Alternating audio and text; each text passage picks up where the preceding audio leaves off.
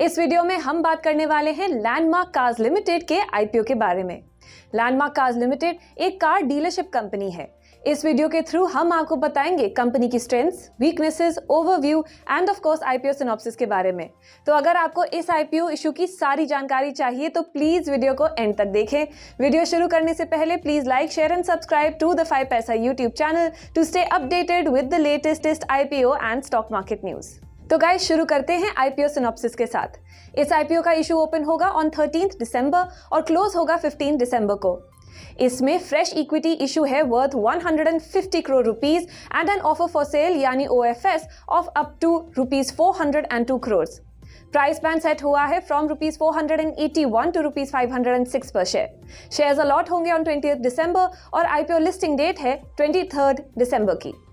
Axis Capital Limited and ICICI securities limited issue के book running lead managers हैं। Issue के objectives की बात करें तो ये हैं repayment and prepayment of debt and general corporate purposes. Guys अब कंपनी की फंक्शनिंग में एक डीप डाइव करते हैं। लैंडमार्क कार्स ग्रुप लैंडमार्क का पार्ट है जो संजय ठक्कर ने 1997 में लॉन्च किया था। कंपनी एक इंश्योरेंस ब्रोकिंग बिजनेस भी रन करती है और 3000 लोगों से भी ज्यादा को एम्प्लॉय करती है। लैंडमार्क कार्स अहमदाबाद में हेडक्वार्टर्ड है और कंपनी की 100 डीलरशिप्स हैं अक्रॉस द कंट्री। ये Mercedes Benz, Honda, jeep, Volkswagen और रेनो जैसे ब्रांड्स में डील करते हैं। कंपनी अशोक लेलैंड के कमर्शियल व्हीकल रिटेल बिजनेस को भी केटर करती है। Company after sale services and spare parts भी ऑफर करती है। डीलरशिप्स में repair and collision repair services भी अवेलेबल हैं। The company also deals in buying and selling of pre-owned passenger vehicles. Landmark Cars present है 29 cities में in places like Gujarat, West Bengal, Maharashtra, Madhya Pradesh, Delhi and Punjab. Company ने recently एक China based electric vehicles company BYD के साथ association announce की है for sale and after sale services of its EVs in India. Let's talk about the financials.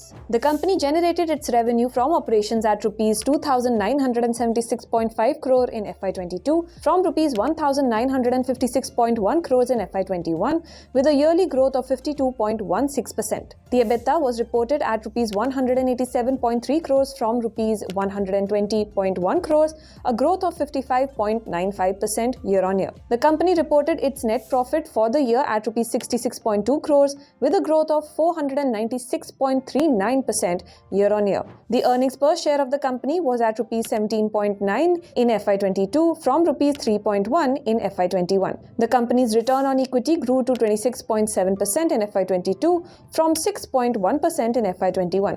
The return on capital employed was at 18.9% in FY22 from 8.59% in FY21. The company's total assets grew to rupees 1,085.4 crores in FY22 from rupees 887.9 crores, seeing yearly growth of 22.24%. The company's share capital is at rupees 18.3 crores. The company's total borrowings reduced to rupees 308.5 crores in FY22 from rupees 327.4 crores in FY21. Guys, अब जानते हैं company की कुछ strengths के बारे में। Company major OEMs के लिए लीडिंग ऑटोमोटिव डीलरशिप है with a strong focus on high growth segments. After sale segment में इनकी ग्रोइंग प्रेजेंस है। इनके बिजनेस प्रोसेसेस बहुत रोबस्ट हैं